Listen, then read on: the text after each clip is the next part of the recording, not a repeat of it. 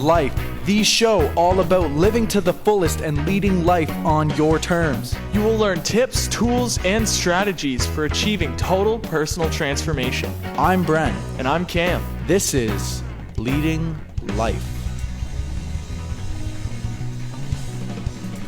Hello and welcome to this special episode of Leading Life. I'm Cam. And I'm Bren. And today we have an awesome person here with us. Yeah, we got something special for you guys. Our friend Dr. Lalit Chawla is in the studio today with us, and he's got a great topic for the podcast, so we're really excited to have him. I'll give you a quick introduction here. Lalit started off as a big stage illusionist years ago, and then he transitioned into becoming a family physician, doctor, and now he's doing keynote speaking internationally and all sorts of stuff. He's working on training stuff, and he's got a website coming out. He's keeping really busy, so we're really happy and grateful to have him in on the show today. Lalit, how are you? Good. How are you? Thanks for having me, guys. Very good. I'm excited to be here, so it's good. You guys are doing great work, by the way. Thank you. Thank you. Love it. Yeah. Thank you so much. Yeah, we're having a blast, and we're excited that you're here with us to have a blast as well. That's cool. Yeah, For sure. Be good. So just real quick, like last week we talked about what was that? Putting yourself first. So that you can help others more effectively. And if you didn't watch that, go check it out. A lot of people enjoyed it. We got a lot of comments. So just real quick, if you are watching this live on Facebook, go ahead and leave your comments. We'll answer some questions. Ask Lalit a question, and we'll do our best to answer them. Yeah, we love to engage with you guys. So if you're tuning in right now for the live stream on Facebook, make sure you share it. Make sure you like it. Put your comments, all that stuff. And if you're watching later on iTunes, thank you anyways. Absolutely. So how did we meet Lalit? Like how did this come about? Okay, so that went through Anthony Cheam. If you don't know Anthony Cheam, great guy, and he met Lalit at the TEDx conference, right? Yeah, and after that Anthony told me, "Hey, there's this guy and he's in your town and he's doing the same kind of things as you. You got to get a hold of him." And so we did, and I started doing some video work for you. I was very impressed with the way you memorize everything, and you have an entire script, and you just the knowledge. Yeah, it was crazy for sure. Yeah, it was very good. Thanks. And I was just excited. We gotta work together, do some more things like this interview, or do some events together and stuff like that. And recently we've been doing a lot. We've been really busy. haven't done too much with Lalit, but I'm glad you're here to interview us, or for us to interview you. And, it's really cool. I can see lots of fun stuff happening between us in the future, and helping lots of people and creating great stuff. So absolutely. I'm excited to get into this. So Lalit, why don't you tell us a little bit about yourself? How'd you get into what you're doing today? Well, I did a lot of big stage illusions and did a lot of performing, and then that transitioned into when I became a physician, teaching doctors how to use magic in a clinical setting. And so then that transitioned into doing some keynotes and public speaking, and then more and more into the positive psychology and self-help. And then next thing I knew, I'm giving 2-3 hour talks and being guests at a conference and stuff. So it kind of just you just start doing it, and then things happen. So and I love doing it. Absolutely. Yeah, us too. When you're about to make something that'll help people, like a video or something along those lines, you don't really have too much motivation until you see the comments afterwards, or to see that it actually changed somebody's life. That's always how it's been for us. Well, even if you change one person's, that's a huge difference. Absolutely. And over time, you just keep doing it. And if you're making a difference, even in a small way, because really we get so caught up in doing small, we want to make a big change, but really the big changes start with the little steps and the little mindset changes to keep that change to last. So, I think what you guys are doing great, especially, because you guys also reach a younger demographic, so that's fantastic. Yeah, it's great. It reminds me of a quote I heard today, and the quote was something like, right now somebody is sitting under a tree that somebody planted the seed years ago. Nice. And that person's enjoying the shade. Something like that. I think it's Warren Buffett quote. And that reminds me of the guy who fed Tony Robbins' family. And that's why Tony Robbins fed 500,000 people last year. It's just those small things. Once something really small could trigger. And you have no idea what the ripple effect is. What you do today, the person you may make a difference in, they may have a huge impact somewhere else. So you never really know the impact. And so that's that. We're, in today's North American culture, we're so result oriented. We want the numbers, we want the likes, we want we measure success by monetary gains. But the reality is, when you can empower people and you can change the quality of a person's life, that's success, in my opinion. Yeah. I love that.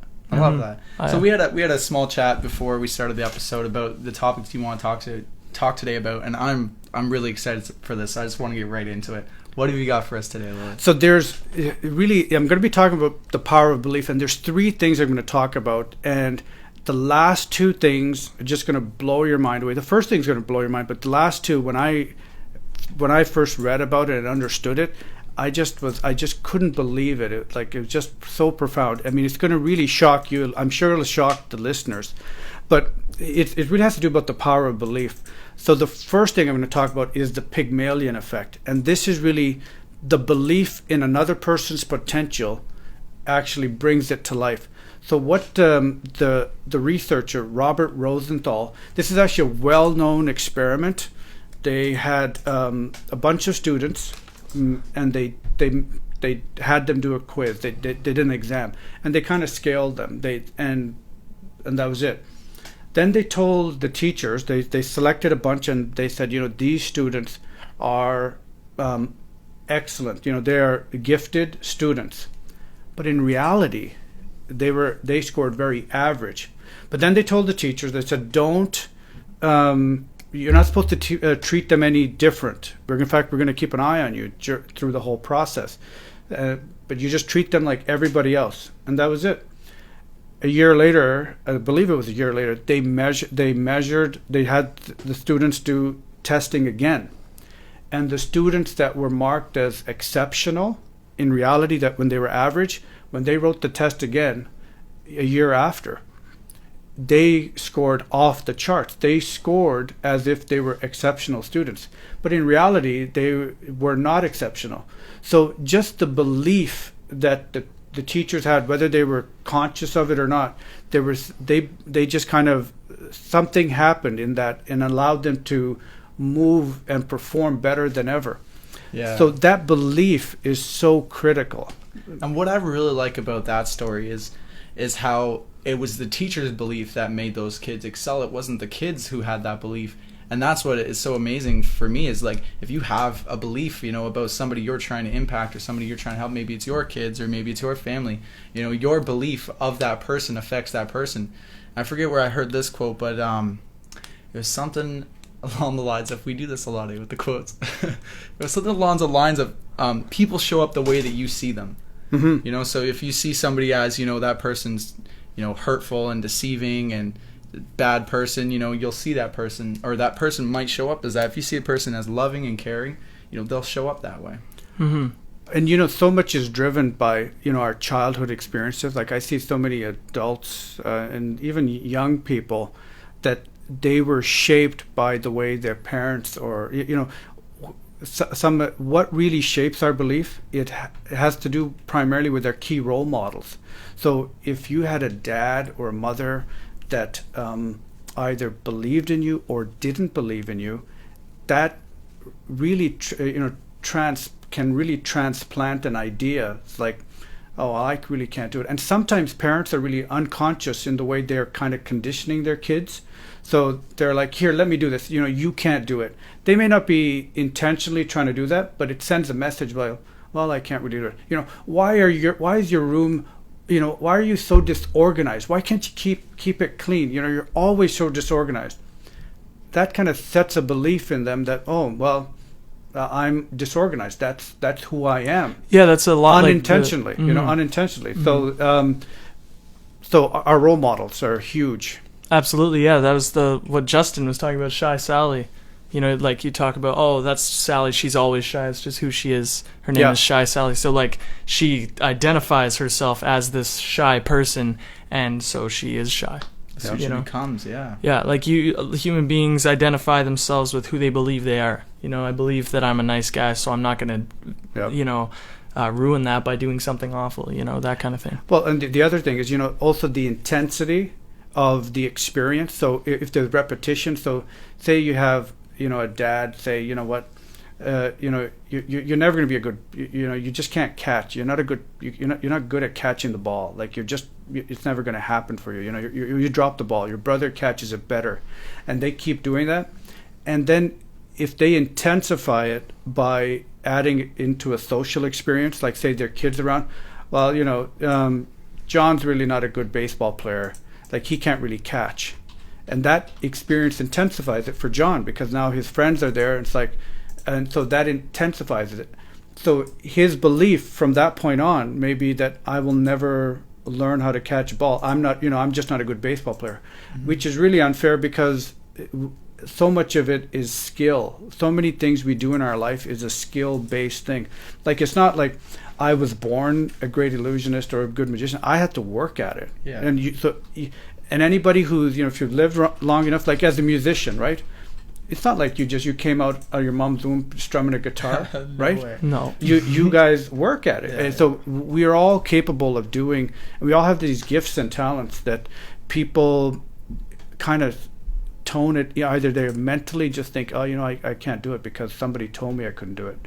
And it's interesting you say that too, because thinking back of my childhood when I was growing up, my dad was always supportive of my music. He'd always say, Bren, you sound so good, you're so great. And him telling this to me, part of me believed it, right? But I think what really made me believe it was hearing him tell all his friends and hearing it. That's when it became more of a social thing, whereas he's telling people, and now everybody thinks knows I'm a great musician before I've even tried it. So I had this reputation to live up to, like, okay, well, my dad says I'm this great musician, I better practice, I better be good at this, because he developed that belief in me, right?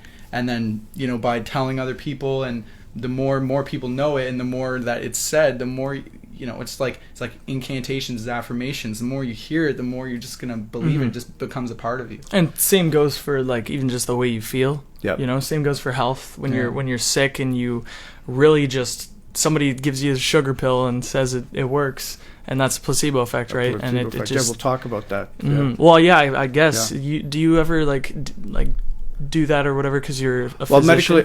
Ethically we're not allowed to, we don't, there was a time where doctors used to do that, but you can't really do that ethically, give them a fake pill.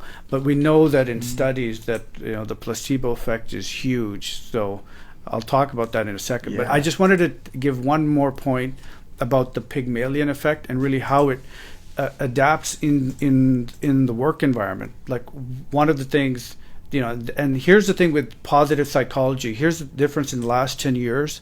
There's been so much research and done, because it's not about, it feels good to be positive.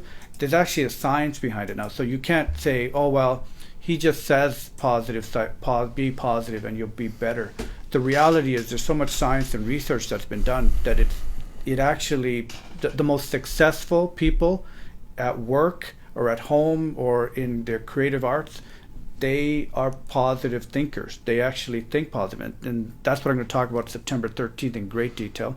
But here's the thing with the Pygmalion effect. I don't know if you guys are young, but anybody who's been in different work environments, the workers in the environment actually adapt the thinking of the leadership or the management that's there. So if the leadership and management think that, we're just a B class company, or we're or this is our mission, and our mission is is really to make a lot of money. We're not really it's not, we're just producing this type of widget, but it's really not making a difference in people's life, but we're here to make money, and that's it. That translates into the employee's belief. So and you also see that in the workplace. You see that in homes, in like parents. They're the leaders. If they set the tone, it's going to have a ripple effect. In relationship, it has it in schools.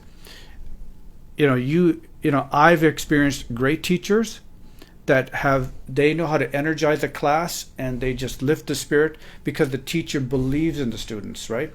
And there's a different. And then you have teachers that they themselves feel, well, I'm, for whatever reason, I'm just here to collect a paycheck. There's a difference. So that belief translates into other aspects. So it's huge. Absolutely. Like, even as a musician, if people see that you're only in it for the money, they really won't support you too much. No. They got to see that you love doing what you're doing, and that's when they see the passion, and that's what they're attracted to. Yep, absolutely. Yeah, 100%. I like that. So that's the first one you want to talk about, the first power of belief, the Pygmalion Effect. What would you say is the second one? Well, it now goes back to that placebo effect. So here's the thing about the placebo effect. That's a placebo effect. Like, is really. And in case, just to clarify, a placebo effect is you give something like a sugar pill or some stimulus that really shouldn't create any result.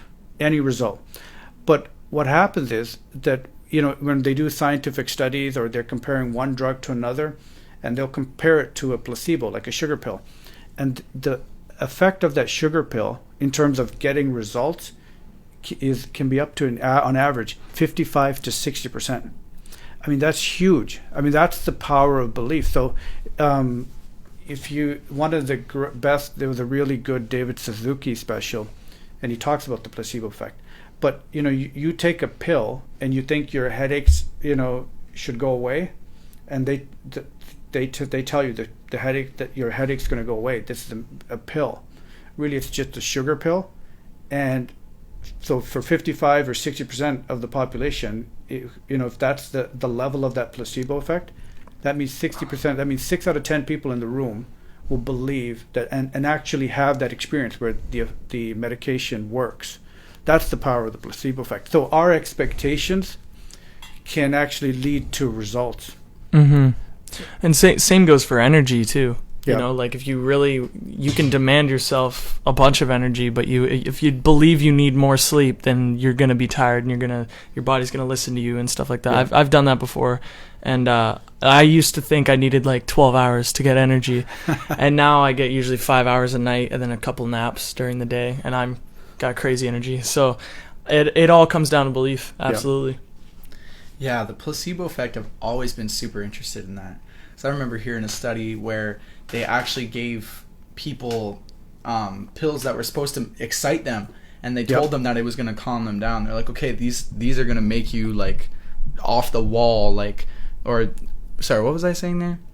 They give people pills that were supposed to calm you down, but they told them, no, this pill's going to give you a ton of energy, it's going to hype you up, it's going to make you upper. go. Yeah, but they actually gave them a downer, and as a result, it had the opposite of effect that it's supposed to have, because they had a new belief about it. Well, the downers that they took actually, and they told them, here, these are downers, they're going to just cause you to be mellow and chill. And the reality was they were uppers, and so it had the effect exactly what they were doing. So it was beyond the placebo effect. It was like, so just what you expect, you get. So that is such a important influence in terms of creating results. Yeah, so I feel like you can kind of placebo affect your day. You wake up in the morning and you're just like, you know what? I took a sugar pill and it's going to make today awesome, or something like that, if you really expect your day to be really good. Because I know, if you wake up in the morning, you stub your toe and you're just like, well, today's going to suck probably. Oh, yeah. And it does. But if you wake up and you smile and you're just like, you know what? I feel like something good's going to happen today. Yep. Something will happen. It's just... Well, the brain is, once you start, when you ask a question, your brain's going to find an answer. So if you wake up and you say, oh my gosh, this day's gonna suck, or this day's gonna be terrible, your brain's gonna start looking for all the reasons, like, oh, it's too hot, or it's too cold, or gosh, I got to work 10 minutes early. Why did I could have saved 10 minutes there.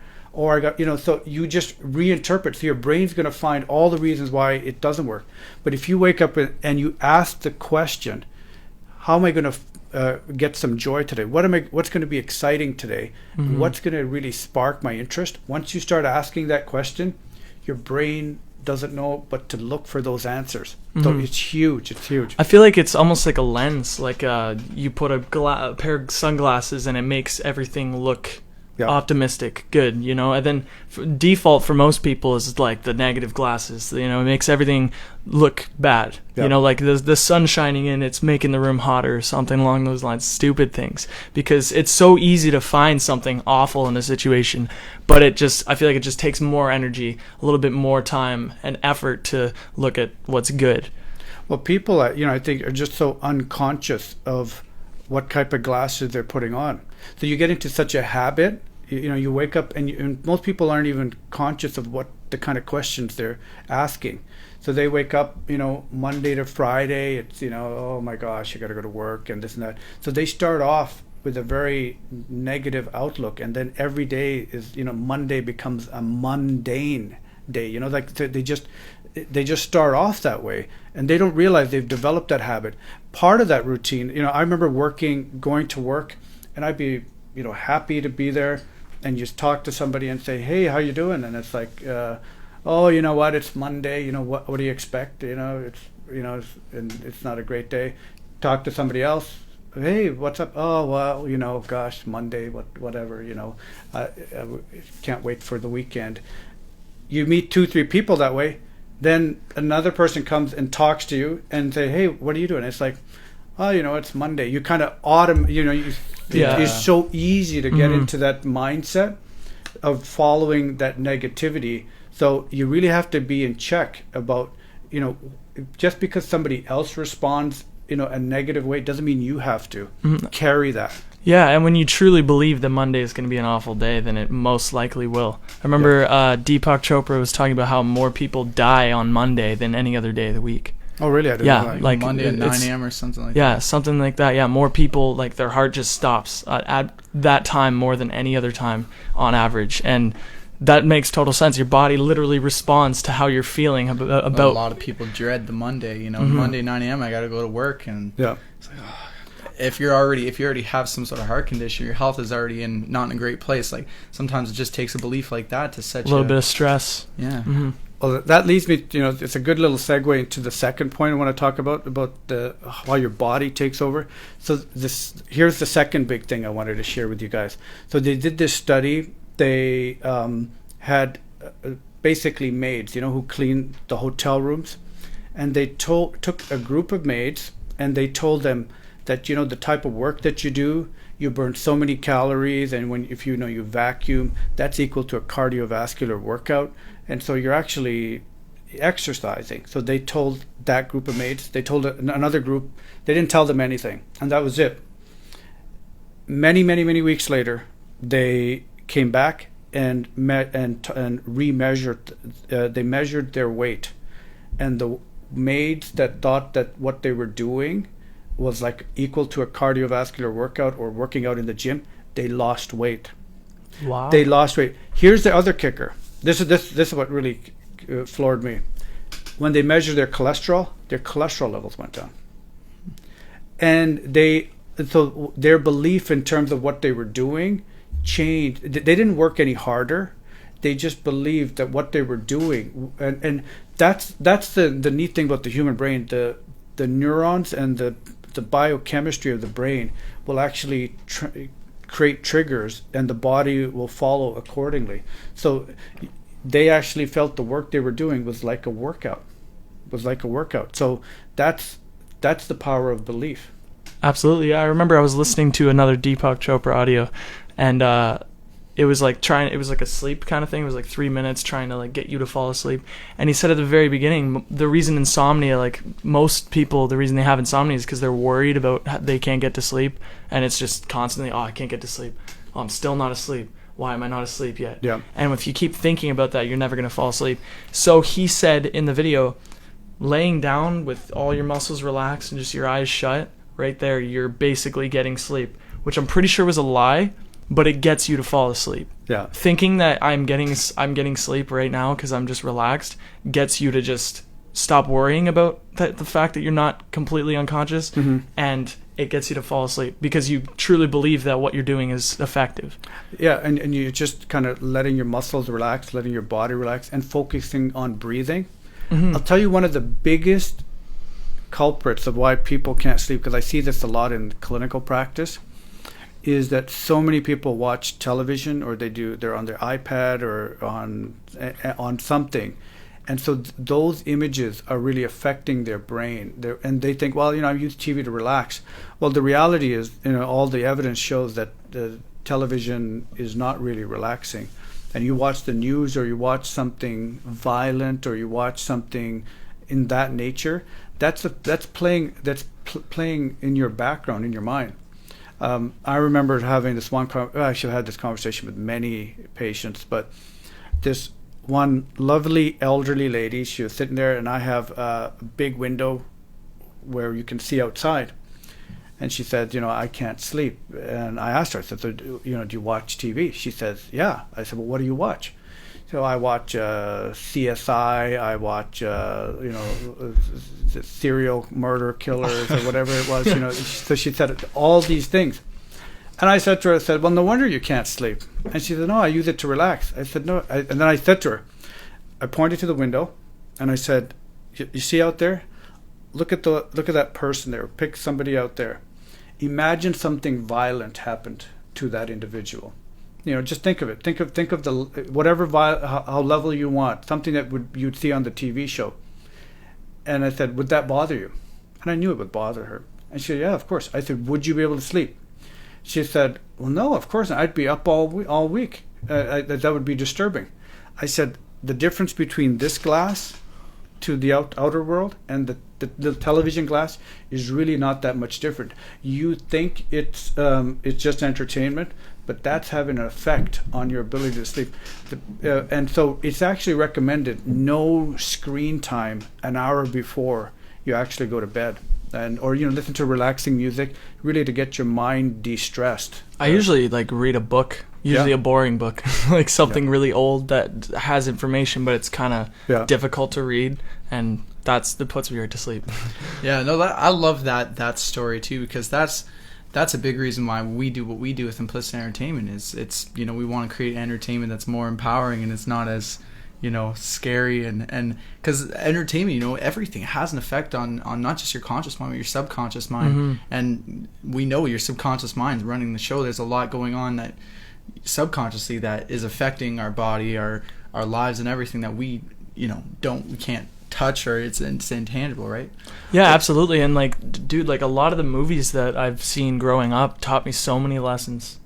And that's basically what I'm doing with the movies at Implicit Entertainment, and that's what you're doing with the music. A lot of music has taught us lessons as well, like the lyrics, like Bob Marley songs, man. I've learned so much, Groundation, records like that. They teach lessons through their entertainment, and that way that, sure, you're entertained, but you're still learning something very, very valuable, like a lesson that you can apply in your life. Yeah. Very cool. So far we learned about the Pygmalion Effect, the Placebo Effect. Yeah, and the last thing I want to show you, this last really cool study, it goes to the power of the mind, and this is really crazy. But in this research, what they did was they took students and they blindfolded them, and they were allergic to poison ivy, and they, on one part of their arm, they rubbed, and they told them.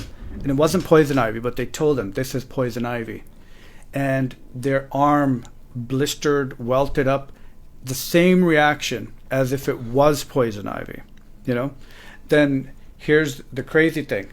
Then later on, they also did the experiment where I think they did on the other arm, they rubbed their arm with poison ivy, told them it was a harmless plant, and these students were allergic to poison ivy. I think it was 85% of them did not react. It was even higher than that. 85% of them did not react to a reaction. So, but they were blindfolded, they didn't know. So that just was like, when I read that and learned about that.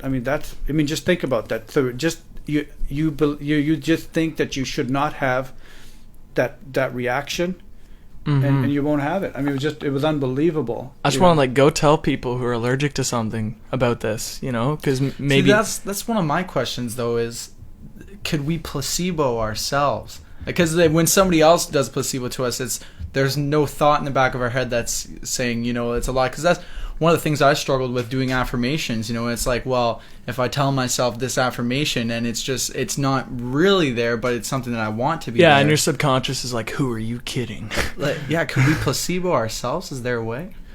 Well, I think there's a difference between, there is a real biochemical response in our body. There's people who are diabetic, say for instance, it's not their fault they're diabetic. There is a real biochemistry there. And people who have genuine allergies, there is a response.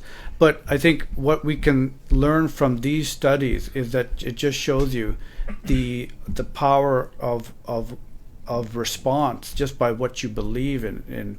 So you may be exposed to an allergen which you are genuinely allergic to, and if all of a sudden you get exposed to it and then you become hypervigilant and you're like, oh my gosh, I'm gonna welt up, I'm gonna die, I'm gonna this, and then your heart goes up, you create the scenario and you elevate your experience. It takes you in another direction versus saying, okay, I know I'm allergic to this, where's my EpiPen, let's get prepared, let's do this. I was diagnosed with this, previously. So that's there is a real biochemistry of it. So I'm not saying that we shouldn't ignore that. But going back to it, it really, we set the tone every day, every moment, with all the choices we make, whether we're going to make an empowering choice or whether we're going to make a negative choice. And it comes down to that. That's the power of belief, the real beliefs that we come up with. That, and with the power of belief, we can do so many things. Like you can change the way your happiness, you can change the way you feel, whether you're positive or negative. You can change your energy levels. You can change just like everything. It's nuts. Like I said, like that pair of glasses is your life. Yeah. Because everything goes through your brain, and if your mindset's right, then your life is right. Really.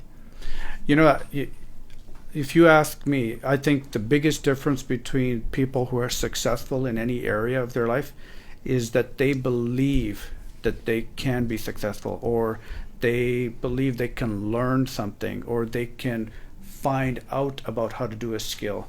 Just that belief alone can elevate you and take you to the next step. I know some people who have inherently exceptional talent. They were born with a gift, but they never nurtured it through hard work. They never really acknowledged it. They never honored that ability, and they may not even at some level really said, you know what, no, I'm not really that talented, or they may have believed that they're not really that good, and that their life trajectory changed because they didn't believe they were talented, and yet they could have been awesome at it. And then I've seen, on the contrary, myself included, someone who didn't have a whole lot of talent, but the perseverance and diligence and believing that they could learn a skill and just through perseverance get to another level, and they've done it. So it's really, so talent is sometimes overrated. Yeah, you gotta have that belief. Like, that was, for myself, that was a big shift, was going from, there's no way I could do that, that's not possible, to thinking, hey, that might be possible for me if I did the same things that this person did, or if I took the same action or whatever. It's actually possible. I think that belief of at least possibility, it changes everything. That, and like a lot of people a lot of people try to convince you otherwise. Oh, you're never going to make it, it'll never happen. Why are you believing in yourself? Doesn't even, you know what I mean? There's a lot of people out there who will try their best to make sure that, I don't know, you don't believe in yourself because they don't want you to get let down or whatever like that. Because a lot of my teachers, as an example, have told me, oh, you're just going to end up homeless. Like, good luck. And I'm just, like his 8th grade teacher told me he was going to end up homeless, and he has the same vehicle. As the 8th grade, he just bought the same vehicle. Yeah, that's true. I drive the same car as the teacher who told me I would never be successful. I'd be poor. I'd be a bum. So I don't know, but that was just one person's belief, right? Or I've had many other experiences where I other people have believed in me, and that overcame that one person who didn't believe in me. Another big thing is if people tell you that like they don't believe in you and they don't think it's ever going to happen, just prove them wrong, because that's fun. Proving people wrong is one of the biggest things that drives me every day, honestly. Well, it really comes down to how do we interpret what that person is saying? Do we hold stock to it, or do we not? I mean, one person may say, yeah, that's your opinion, that's fine, and they go ahead with it. Another person, really takes it to heart and sticks to it and says, 5-10 years later, well, I was told 20 years ago by one person that I couldn't do it, so I figured I couldn't do it. Yeah, absolutely. And they just hang on to it. So at each moment, we have those choices where we decide how much stock are we going to put into that person's belief. A quote I really enjoy by Ralph Smart, Infinite Waters, he says, the second you allow somebody to give you value, you lose confidence. Mm-hmm. Which makes total sense. If I allow your opinion to give me value, then I instantly lose confidence. And another thing, the Buddha quote where he was told, he was given a bunch of hate by a bunch of people, and he just said, you know what, hate is like a gift, and if somebody doesn't accept it, then it doesn't belong to you, it belongs to the person who sent that gift. Yep. So you don't have to accept all the people who don't believe in you. You don't have to hold on to that. Just realize that you don't have to accept it. You can. The other thing that I find is that people who are like the naysayers, or they say, you can't do this, it's not necessarily a reflection on you, it's really a reflection on them. And maybe they've had disappointments, or they're so wrapped up in security that they don't want you to, here, take the safe path. We don't want you to end up homeless. Or it just seems like you'd have to work a lot harder. You can't, have Friday nights off, Saturday nights. If you decide to go out and create your own business and do videoing or whatever, get a job. Do something safe, because that's their world experience. Yeah. So they implant their viewpoint and their perspective just because they just think, well, I crushed my dreams because I didn't think I could do it. There was too much sacrifice. There was too much uncertainty. I didn't know if I could actually do it. So I took the safe route. I took the safe route, and that's what I want you to. I don't want you to be disappointed. Yeah, it's often people who say stuff like that. They think they're doing the right thing. They're saying because they've been hurt and they don't want you to be hurt as well. They're not saying they don't believe in you because they want to offend you or hurt you in any way. It's usually because they want to protect you. Yeah, and at the same time, in high school, as an example, my guidance counselor, I told him I didn't want to take English, and if I don't take English, I can't get into any English school, any English post-secondary. And I told him I don't want to take English. I'd rather have a spare so I can use that spare to work on my business. And he, we sat there for 15 minutes, him just saying, "Are you sure? You can never, ever go to college." And I was just like, yeah, I'm not doing it, because I burnt the bridges behind me. I don't have a net to fall out on. The floor is lava, and if I touch it, I'm dead. Mm-hmm. That's basically what I did to myself. And obviously he meant well, right? But if I was talking to Tony Robbins, he wouldn't question it. You know what I mean? If I was talking to somebody who has done big things with their lives, no offense to my guidance counselor, but if I've talked to somebody who has what I want, they would have said, yeah, do it up. Yeah, and I mean, sometimes we also live in a different paradigm, so that might be the world has changed so much from the old schooling system to the new system of education, online, and the things we can do. So the way we handle information and to communicate is so different. So there is a different paradigm there, but so it is a balance. So some people are just unconsciously, they may be saying, you can't do it, and like we talked about, they may not be unintentionally, but then there are some people, they actually get their identity from criticizing, or they get their importance from saying, you know what, you can't do it, that's because I say so. And you're like, oh yeah, okay, thank you, sir, I believe you. And they get their recognition, their identity from and really, and unless somebody is adding value to something, like say, here's this, you did this piece of artwork or you did this presentation, but here's how you could improve, here's what's wrong with it, and they stop there. They're not really critics. They're just poking holes in something. They're not adding value. When you poke holes, then you got to say, okay, here's what you fill it up with. Here's what you fill up those holes. Here's how you make it better. And here's how you add value. There's a big difference. So some people, they hold the hat. Well, I'm a critic. I just tell people everything that's wrong. Well, any monkey can do that. Anybody can say, and that's an insult to monkeys, really. But anybody can do that, right? Anybody can say, I don't like this wall. I don't like this color. I don't like this. They can just go ahead and do it. It takes a different level of character to say, here's some steps or suggestions of how maybe you can improve it. That's just my opinion. Yeah.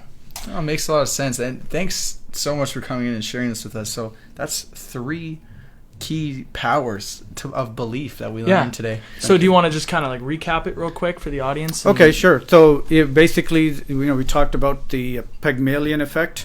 The belief in another person's ability, affects your ability to do things. And that was I talked about how the teachers believed in students that they thought were superior, but in reality they were average, and that just changed the trajectory of their life. So that was that. We talked a little bit about the placebo effect, whereas the placebo effect can be as high as 55 to 60%.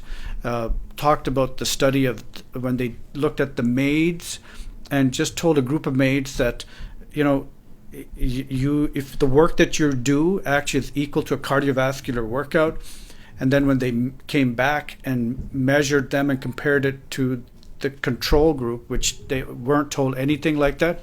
So the maids that actually thought the work that they were doing was a cardiovascular workout, they actually lost weight and their cholesterol levels went down. And then the third thing, which is a really crazy experiment, to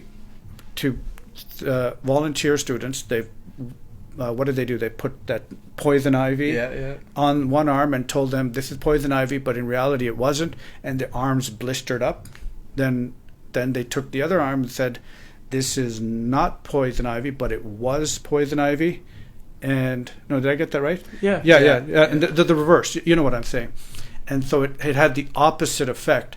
So it just shows you how we as human beings are affected by belief, but the science behind it also shows that too. So the neuropsychology and the biochemistry changes just by how we feed it. Yes, and you've got a big event coming up in our hometown here of Chatham, Kent, Ontario. Yes. That's at the Capitol Theatre for Positivity Day in CK. That's coming up September 13th. You want to tell us a little bit about what's going on that day? Yeah, sure. So on September 13th, there's been really some great people, Darren Caniff, Greg McGregor. There's a whole campaign of making Chatham a positive city and finding all the positivity. So September 13th is World Positivity Day. And I was really honored when they asked me to be the keynote for that event. So at the Capitol Theatre, it's open to the public. And I'm going to do some magic. It's going to be fun, working on some really cool illusions. And I'm basically going to talk about the difference between positive people and negative people, and how do you accelerate that?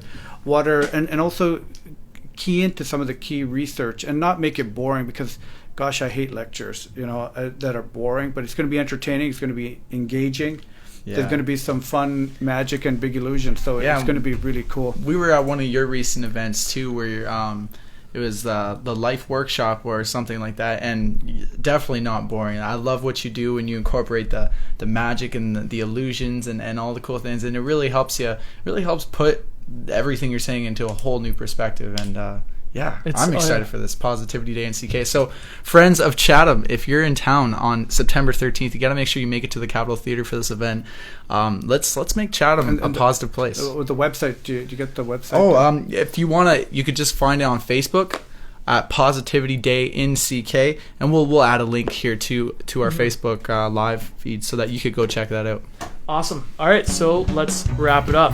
Thank you again, Lalit, for coming in. That was absolutely Awesome. So, yeah, if you guys want to check out more Leading Life, we are on iTunes. And if you can give it a rating, that would be amazing. We really, really would appreciate that.